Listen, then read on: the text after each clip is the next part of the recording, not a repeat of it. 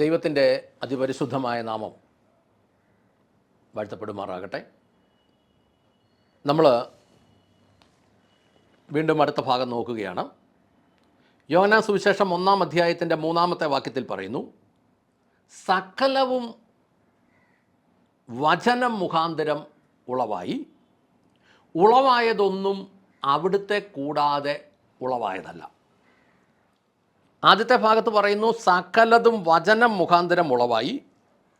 അതിൻ്റെ തന്നെ അടുത്ത ആ വാക്കിൽ തന്നെ രണ്ടാമത്തെ ഭാഗം പറയുന്നു ഉളവായതൊന്നും അവിടുത്തെ കൂടാതെ ഉളവായതല്ല.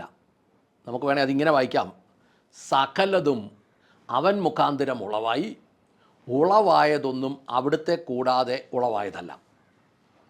എന്ന് പറഞ്ഞാൽ മനുഷ്യനേത്രത്തിന് കാണാവുന്നതോ മനുഷ്യൻ എത്ര ആധുനിക ഉപയോഗങ്ങൾ വെച്ചൊക്കെ കാണാവുന്നതോ ആയ ഭൂമി, ആകാശം, സൂര്യൻ, ചന്ദ്രൻ, ഗ്രഹങ്ങൾ, നക്ഷത്രങ്ങൾ, ഇതിനകത്തൊക്കെ വ്യാപരിക്കുന്ന സകലതും അവൻ മുഖാന്തരം ഉളവായി.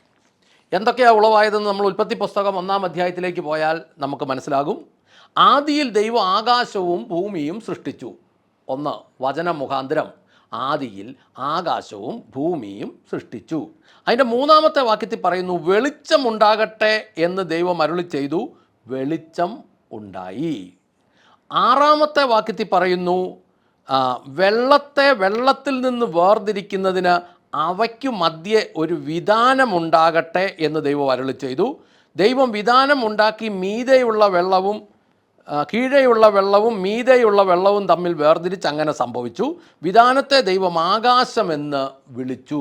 6-ാമത്തെ വാക്യത്തിൽ പറയുന്നത്, അല്ലെങ്കിൽ 9-ാമത്തെ വാക്യം 6-ാമത്തെ വാക്യത്തിൽ പറയുന്നത്, 6-7 വാക്യങ്ങൾ നമ്മൾ നോക്കുമ്പോൾ പറയുന്നത് ദൈവം ആകാശം സൃഷ്ടിച്ചു.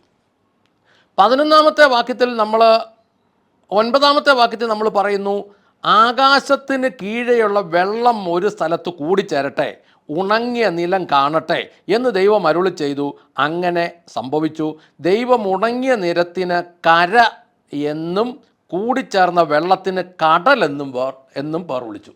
അപ്പോൾ നമ്മൾ ആ വാക്യത്തിൽ പറയുന്നു, 9-ാമത്തെ വാക്യത്തിൽ നമുക്ക് മനസ്സിലാകുന്നു കരയും കടലും തമ്മിൽ വേർതിരിച്ചു, 9-ാമത്തെ വാക്യത്തിൽ. എന്നാൽ 11-ാമത്തെ വാക്യത്തിലേക്ക് വരുമ്പോൾ നമ്മളവിടെ വായിക്കുന്നത് ഇങ്ങനെയാണ്, ഭൂമിയിൽ നിന്ന് പുല്ലും വിത്തുള്ള ചെടികളും അതത് തരം വിത്തുള്ള ഫലം കായ്ക്കുന്ന വൃക്ഷങ്ങളും മുളച്ചു വരട്ടെ എന്ന് ദൈവം അരുളി ചെയ്തു.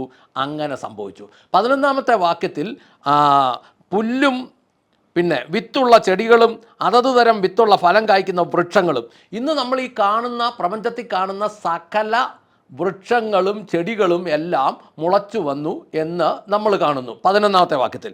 14-ാമത്തെ വാക്യം വരുമ്പോൾ അവിടെ കാണുന്നു പകലിനെയും രാത്രിയെയും വേർതിരിക്കുവാൻ ആകാശവിധാനത്തിൽ വെളിച്ചങ്ങൾ ഉണ്ടാകട്ടെ.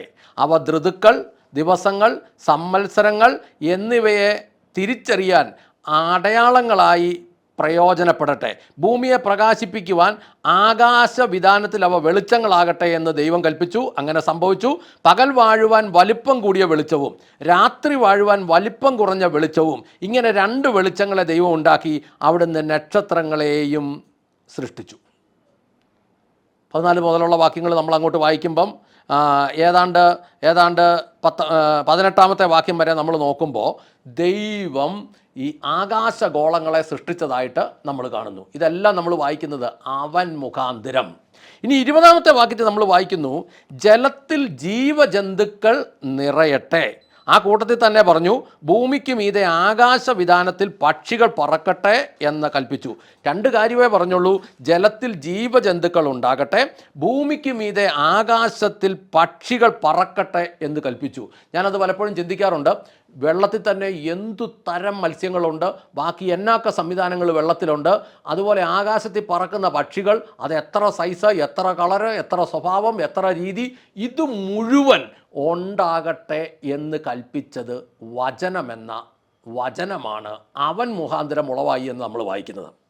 ഇനി 24-ാമത്തെ വാക്യം വരുമ്പോൾ ഭൂമിയിൽ അതത് തരം ജീവജന്തുക്കൾ ഉണ്ടാകട്ടെ, കന്നുകാലികൾ, ഇഴജന്തുക്കൾ, കാട്ടുമൃഗങ്ങൾ എന്നിവ അതതിൻ്റെ വർഗമനുസരിച്ച് ഉണ്ടാകട്ടെ എന്ന് ദൈവം കൽപ്പിച്ചു. അങ്ങനെ സംഭവിച്ചു. 25-ാമത്തെ വാക്യം പറയുന്നു, ഇപ്രകാരം ദൈവം അതത് തരം കാട്ടുമൃഗങ്ങളെയും അതത് തരം കന്നുകാലികളെയും ഭൂമിയിൽ ഇഴയുന്ന അതത് തരം ഇഴജന്തുക്കളെയും ഉണ്ടാക്കി. 24-25 വാക്യങ്ങളിൽ നമ്മൾ കാണുന്നു, ഭൂമിയിൽ ഈ കാണുന്ന ജന്തുക്കളും ഇഴജന്തുക്കളും എല്ലാം ദൈവം അതിൻ്റെ രീതിക്ക് ഉണ്ടാക്കി. 24-ാമത്തെ വാക്യത്തിൽ. എന്നാൽ ഒരു വാക്യം കൂടെ മുന്നോട്ട് കയറി നോക്കിക്കഴിഞ്ഞാൽ 26-ാമത്തെ വാക്യത്തിൽ നമ്മൾ വായിക്കുന്നു, അവിടെ അനന്തരം ദൈവം നമുക്ക് നമ്മുടെ രൂപത്തിലും നമ്മുടെ സാദൃശ്യത്തിലും മനുഷ്യനെ സൃഷ്ടിക്കാം. അവർ സമുദ്രത്തിലെ മത്സ്യങ്ങളുടെ മേലും ആകാശത്തിലെ പക്ഷികളുടെ മേലും കന്നുകാലികളുടെ മേലും ഭൂമിയുടെ മേലും ഭൂമിയിൽ ഇഴയുന്ന സകല ഇഴജന്തുക്കളുടെ മേലും വാഴട്ടെ എന്ന് കൽപ്പിച്ചു. 27-ാമത്തെ വാക്യത്തിൽ ഇങ്ങനെ വായിക്കുന്നു, ഇങ്ങനെ ദൈവം തൻ്റെ സ്വരൂപത്തിൽ മനുഷ്യനെ സൃഷ്ടിച്ചു, അവിടുന്ന് ദൈവസ്വരൂപത്തിൽ അവനെ സൃഷ്ടിച്ചു, ആണും പെണ്ണുമായി അവനെ സൃഷ്ടിച്ചു. അതായത് നമ്മൾ യോഹന്നാൻ സുവിശേഷം 1-ാം അധ്യായത്തിൻ്റെ 3-ാമത്തെ വാക്യത്തിൽ സകലതും അവൻ മുഖാന്തരം ഉളവായി എന്ന് പറഞ്ഞ, അവൻ മുഖാന്തരം ഉളവായി എന്നിട്ട് എഴുതിയേക്കുന്നു, ഉളവായതൊന്നും അവിടുത്തെ കൂടാതെ ഉളവായതല്ല, അല്ലെങ്കിൽ അവൻ മുഖാന്തരം ഉളവായി എന്നെഴുതിയിട്ട് ഈ വചനം സൃഷ്ടിച്ചതിനെക്കുറിച്ചാണ് നമ്മൾ ഉൽപ്പത്തി പുസ്തകത്തിലെ 1-ാം അധ്യായത്തിലെ ചില വാക്യങ്ങളിൽ 1-ൽ ആകാശവും ഭൂമിയും സൃഷ്ടിച്ചു, 1-3 വെളിച്ചങ്ങൾ സൃഷ്ടിച്ചു, 1-6 ആകാശം വിധാനം സൃഷ്ടിച്ചു, 1-9 ആകാശത്തിന് കര സൃഷ്ടിച്ചു, 1-11 പുല്ല് വിത്തുള്ള ചെടികൾ ഫലം കായ്ക്കുന്ന വൃക്ഷങ്ങൾ ഉണ്ടാക്കി, 14 ആകാശഗോളങ്ങൾ സൃഷ്ടിച്ചു, 20 ജീവജല ജന്തുക്കൾ, ജലത്തിൽ ജന്തുക്കൾ നിറയട്ടെ, ആകാശത്തിൽ പക്ഷികൾ പറവജാതികൾ ഉണ്ടാകട്ടെ പറക്കട്ടെ എന്ന് കൽപ്പിച്ചു. പിന്നെ 24 ഭൂമിയിൽ അതതരം ജീവജന്തുക്കൾ കന്നുകാലി ഇഴജാതി കാട്ടുമൃഗങ്ങൾ ഉണ്ടാകട്ടെ. 26 നമുക്ക് നമ്മുടെ രൂപത്തിലും സാദൃശ്യത്തിലും മനുഷ്യനെ സൃഷ്ടിക്കാം. ഈ സകല സൃഷ്ടികളുടെയും മുകളിൽ അധികാരിയായി ജീവിക്കാൻ ദൈവം മനുഷ്യനെ സൃഷ്ടിച്ചു. പക്ഷേ ഇവിടെ നമ്മൾ നോക്കുമ്പോൾ ഈ കാണുന്ന മനുഷ്യൻ്റെ നേത്രങ്ങൾ കൊണ്ട് കാണാവുന്ന സകല സംവിധാനത്തെയും വചനം മുഖാന്തരം ഉളവാക്കി എന്ന് നമ്മൾ വായിക്കുന്നു. ഉളവായതൊന്നും അവിടുത്തെ കൂടാതെ ഉളവായതുമല്ല എന്ന് നമ്മൾ വായിക്കുന്നു. നമ്മൾ ഈ വചനപഠനം മുന്നോട്ട് കൊണ്ടുപോകുമ്പോൾ നമ്മുടെ ജീവിതത്തിൽ ഇത് അനുഗ്രഹമാകണമെങ്കിൽ നമ്മൾ മനസ്സിലാക്കണം, ഈ കാണുന്ന സകലതും സൃഷ്ടിച്ചവനെ വചനമെന്ന് വിളിക്കുന്നെങ്കിൽ മുന്നോട്ടും ഇല്ലാത്തതിനെ ഉള്ളതുപോലെ വിളിച്ചു വരുത്താൻ വചനത്തിന് കഴിയും എന്ന് നമ്മൾ അടിസ്ഥാനപരമായി വിശ്വസിച്ചാലേ നമുക്ക് ഈ ദൈവവചന പുസ്തകം കയ്യിലെടുക്കുന്നത് കൊണ്ട് നമുക്കത് അനുഗ്രഹവും ജീവനുമായി മാറൂ എന്ന് നമുക്ക് മനസ്സിലാക്കാം. യോഹന്നാൻ സുവിശേഷം 1-1 മുതൽ 3 വരെ ഒരിക്കൽ കൂടെ ചേർത്ത് വായിച്ചാൽ, ആദിയിൽ വചനമുണ്ടായിരുന്നു, വചനം ദൈവത്തോടു കൂടെ ആയിരുന്നു, വചനം ദൈവമായിരുന്നു, അവിടുന്ന് ആദിയിൽ ദൈവത്തോടു കൂടെ ആയിരുന്നു, സകലവും വചനം മുഖാന്തരം ഉളവായി, ഉളവായതൊന്നും അവിടുത്തെ കൂടാതെ ഉളവായതല്ല.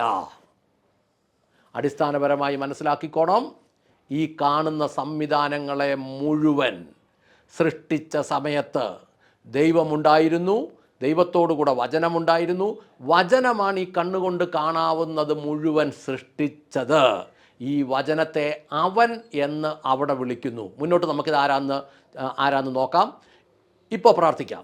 സ്വർഗസ്ഥനായ പിതാവേ, കർത്താവായ യേശു ക്രിസ്തുവേ, പരിശുദ്ധാത്മാവായ ഞങ്ങളുടെ നല്ല ദൈവമേ, വചനത്താൽ സകലതും സൃഷ്ടിച്ചു എന്ന് ഞങ്ങൾ മനസ്സിലാക്കുന്നു. ഞങ്ങളെ ഇതിൻ്റെ ആഴങ്ങളിലേക്ക് കടന്നു പോകുവാൻ ദൈവം സഹായിക്കണമേ. അങ്ങ് പ്രാർത്ഥന കേട്ട കൃപയ്ക്ക് നന്ദി. യേശു ക്രിസ്തുവിൻ്റെ ധന്യമുള്ള നാമത്തിൽ തന്നെ. ആമേൻ, ആമേൻ, ആമേൻ.